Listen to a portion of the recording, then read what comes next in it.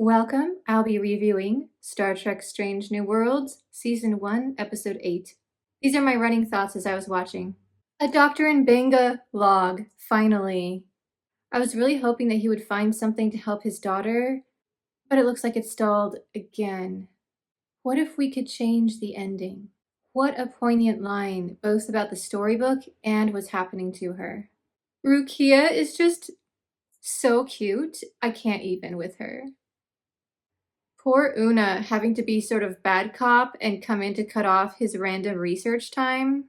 She's right, there is a reason he's on board the ship and he really needs to do his job. But at the same time, I feel for him as a father. Maybe he can set an alarm or something for when he's going into deep research mode, like beep at 700 hours so that I stop. Okay, did Pike jinx their smooth sailing?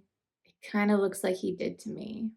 At first I was like, standard malfunction, space anomaly episode. All right, I'm here for it. And then this happened. First of all, I love his incredible set of robes. Actually, everybody's costumes here. It was immediately obvious that they were from the storybook he was reading earlier. The question at this point was, aliens? Or was it that experiment he was doing earlier and got hit in the face with the chemical? Also, Anson Mount was just so hilarious this entire episode. Hold the jester! At this point, I've rewatched the episode about 3 times, and he gets funnier with every rewatch. This is amazing. Ortega's running around with a sword is the best thing I've seen all week. Can she please keep it after this episode? Please. And it has a name. Starfall. Even better. Love all the greenery in the corridors and inside sickbay. I just want to live in this set. And you know my fictional house that I'll have someday, like 50 years from now if I have money? One of the corridors is also going to match this episode. Maybe leading to that iron gate I was talking about earlier. So you're walking along, it's clearly a Starfleet vessel, but it has vines and little rose bushes everywhere. And you get to the gate, and you open that, and maybe you'll have some of those beautiful blue banners they had in the background. This is why I should probably never have money. It would get a little bit out of control. Nurse Chapel is a Renaissance fair-looking healer/sorceress. Wow, just wow. And the poor doctor trying to scan everybody, and the Oracle/computer keeps going, nothing wrong here to me. And he's like, no, computer. No, this is not normal. Something is wrong. La'an, in a princess ball gown, with a tiny lap dog, which I just found out belongs to the actor. You saw the dog being all kissy with her later in the episode. I think that's why. I can't. It's so wonderful. I'm so happy right now. This is my absolute favorite Strange New Worlds episode. In fact, I think it's up there in my top 10 favorite Star Trek episodes now. I have also already started stealing her little heed me. She kind of reminded me of Bonnie Prince Charlie from Outlander here, you know, with his mark me, heed me, it's the new mark me. Hemmer is also awake. I assume because he's Enar.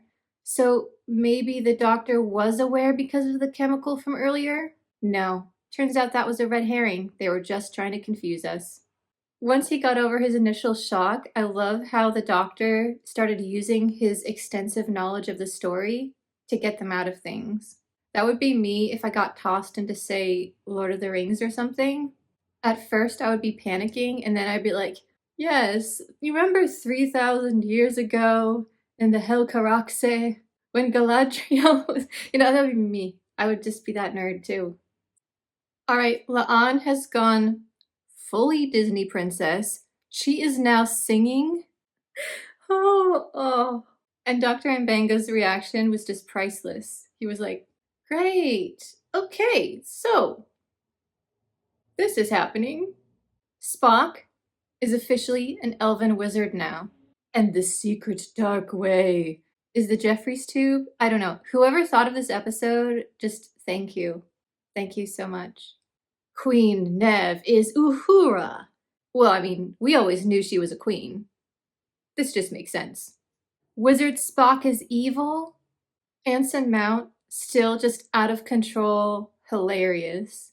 During my first watch through, I had to keep pausing after his scenes because I was just laughing so hard I couldn't hear anything else going on. And it's confirmed, it's a nebula entity, not a hallucination. Once Hemmer wasn't alone and had help and he felt more relaxed about it, he really got into his role. Like after he magicked them out of the cell and he was like, so much flair. Ortegas is now swashbuckling. You know what? That's it. Can we just not go back? Can this be the new series? Don't put the ship back to normal. Keep it this way. For the rest of the season, please. Una is the huntress. Oh, okay. This was just too much for me to handle. My lesbianness is off the charts this episode. There is so much eye candy. I'm getting a sugar overload. I can't handle it. And then Ortegas and Una's characters are lovers. I can't, Star Trek, stop being so amazing. I was so happy in this episode. I felt like I was going to explode. Also, if they're not together in the book, my guess is this spontaneous consciousness thing was not reading the Doctor's mind. It was reading his daughter's fanfic interpretation. I was right. It was Rukia's version of the story. So cool, maybe the entity can help her heal. They seem connected somehow, and the being is super powerful. And then she went missing. Or is she missing? Did she merge with the entity? Are they basically one person now? Those were my thoughts going through my mind at that point. Okay, I have absolutely no reason to be taking this screenshot other than look at them, bask in this for a moment. Oh, I love this episode. Hemmer is like that friend who didn't want to play D&D and is complaining the whole time you're setting up and making character sheets. And then by half an hour into it, he's running around shouting incantations, hurling fireballs, thunder stepping, just so into it. All right, this is so adorable. Look at her hair and her collar. And best of all, she's healthy. Except apparently it's temporary. So close. This decision by her father. Oh, that looks difficult. But you know what? As a parent, I would have done the same. He knew that he was not getting any closer to a cure and she was running out of time. I wouldn't be able to live with myself if she slowly died, basically in the pattern buffer, when she could have lived, even in this very odd circumstance. It reminds me a little bit of Doctor Who. I haven't gone back and rewatched it, but as I recall, she got turned into a Cyberman. And then she was saved by this kind of really ultra powerful time traveling, space traveling being. And they just went off together in the universe. And I kind of got the same general vibe. That's not a bad thing. In fact, that whole scene was really well done. Extremely moving. What a performance. But I really felt like this wasn't goodbye. I feel like she'll stop by every now and then to say hello like she did at the end. I think we'll see her again. Or even if we as the audience don't, I'm pretty sure her father will. Probably for the best that most of the crew didn't remember what happened. Can you imagine poor La'an living that down? Feed me. This was just such a great episode. I have a feeling I'm going to rewatch it so many times I'll have it memorized pretty soon.